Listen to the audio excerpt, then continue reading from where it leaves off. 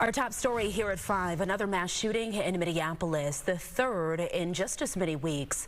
This time, the gunfire came overnight at an encampment on Lake Street. 7 people were hurt in that shooting, which police say happened at a property whose owner is being sued by the city now. Fox 9's Paul Blume and Karen Scullin are handling team coverage for us tonight. Today, Karen spoke with the owner of that property, and we'll get to her in just a moment.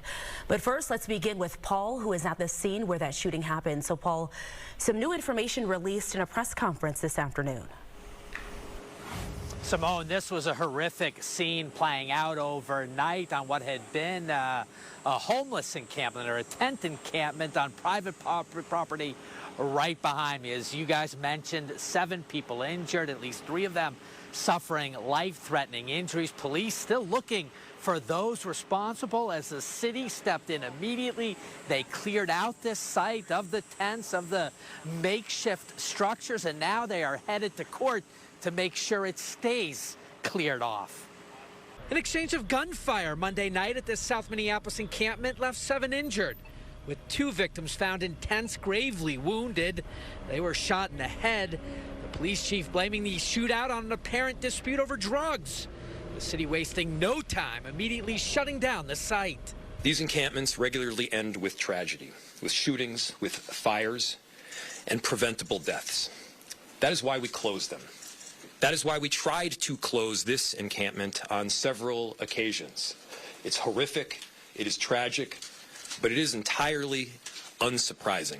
By Tuesday morning, City Hall declared the site an ongoing crime scene, clearing the entire lot of the tents and makeshift structures that were allowed to take shape on private property just off East Lake Street over the last couple months.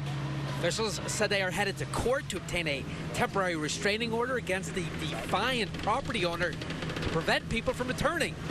He has been issued thousands of dollars in fines for creating a, quote, public health nuisance. Encampments are not safe. I'll say it again. Encampments are not safe. They're not humane. They're not compassionate. Our neighbors deserve better. Our neighbors living in the encampments and neighbors living in the immediate surrounding area around the encampments, they deserve better. We can't go in and get our stuff from our own home, and now I'm getting arrested because I want my stuff. The city's immediate closure of the encampment led to anger and frustration for some who are not allowed to gather any belongings. This woman taken into police custody, while others vented as the Bobcat and garbage trucks moved in. Everything's bulldozed and being thrown in the garbage as we speak. Like, they throwing away people's stuff, like, bro, it's priceless stuff that people can't replace. Yeah, so, Paul, obviously a lot of emotion there as people react to what happened. So the question tonight, as this investigation continues, Paul, are the state and maybe the city putting any more resources into this area around South Minneapolis and also that encampment there? Well, great question, Simone. As of right now, this remains a crime scene taped off, police on all sides. The city of Minneapolis has called in the state. They are bringing in uniformed and ununiformed law enforcement to saturate Lake Street after these 2 mass shootings in a 24-hour period just a couple of miles away. So, yes, police reinforcements are coming.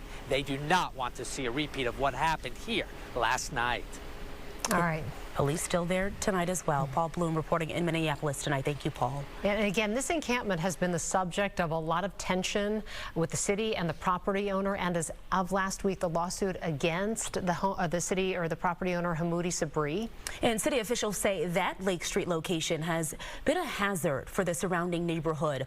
But the owner says it is all the mayor's fault. So 2 sides here. Fox 9's Karen Scullin spoke one-on-one with Sabri today. She joins us now live with his ideas for a solution. So, Karen, what did he say?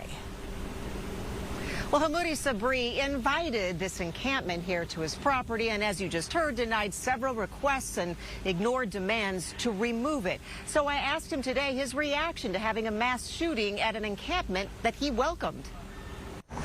My reaction? My reaction was bad because we have a bad mayor who's actually a psychopath. He's a sick person, and he's a conniver. And he's not a truthful person, and that's really why we're going through all this mess. What about about the person or persons who actually pulled the trigger? Well, that's what I'm not really familiar with everything that's going on right now, but that's where the police should be focusing. Instead of focusing on disabling the people stuff and taking them, cleaning them. I haven't seen anything. I've been here. I'm focusing mainly on the victims who's actually injured inside this hospital. Do you have any regrets in setting up that encampment? Absolutely not. No, I would never have a regret for something like that. Why would I have a regret? This is a complicated issue, Karen, in the city of Minneapolis, not just at this encampment, but others. The city is saying earlier today that only one person at the site accepted shelter when they went out with resources this morning. Does Sabri have any solutions? Does he plan to fight the city on this lawsuit? What is he saying about all that? Well, his solution that he wanted to talk about today was to send every single homeless person out of the city and kind of bus them out into a rural area outside city limits. Take a listen. I want to put them all in one place. I want the governor to find them a couple thousand acres. I want them to be ID'd, cleaned up, and I want them to be out of the city. But I want the city liable, responsible for it, because they created all that mess. So Sabri said that even though the encampment is being cleared out, he told us that he would invite another one to come back. We'll just have to wait and see. Back to you. All right, still a lot to come in this case. We'll continue to follow it. Thank you, Karen Scullin, live tonight in Minneapolis.